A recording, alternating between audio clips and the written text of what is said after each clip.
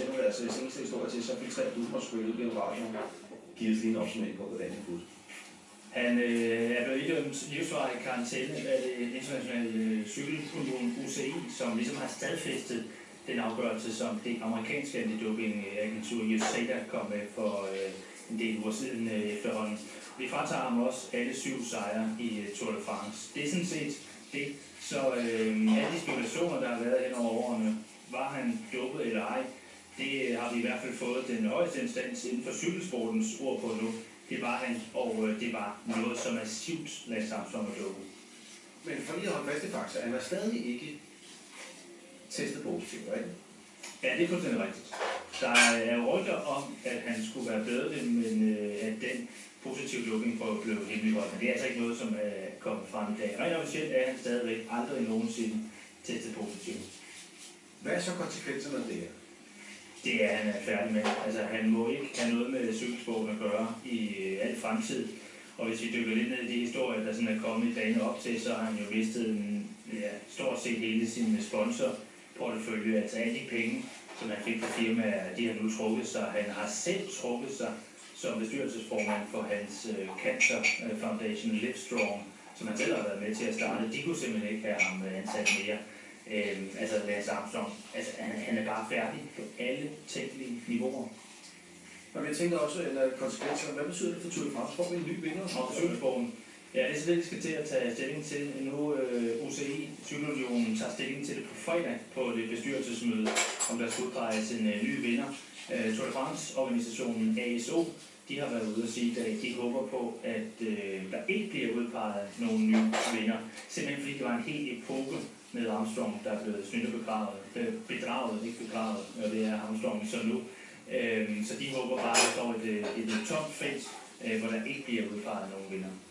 Vi har jo en mand her på DR Sporten, og vi har jo lidt sagt det tidligere, som har kommenteret en række af de her Tour de France-sejre, som Lance Armstrong har fornøjelsen af, vil du sige på den måde? Ja, som han har hygget sig med. Ja, i en periode med de produktioner. Ja. Det er nemlig han ved Lindinger, og ham har været i studiet til vi bliver også nødt til at høre lidt nærmere om, hvordan er reaktionerne i Frankrig, for vi ved jo godt, at de har haft sådan lidt et had-kærlighedsforhold til den gode Lance Armstrong. Nu viser det sig så, at han var en fattigslager, en svindler. Han var nærmest cykelsportens standbakker, ikke? Nærmest. Han var cykels. Eller også er det Stein Bakker, der er erhvervslivets svar på Lance Armstrong. Vi sætter lige sammen de to. Prøver. Vi tager lige der og lidt lille musik her.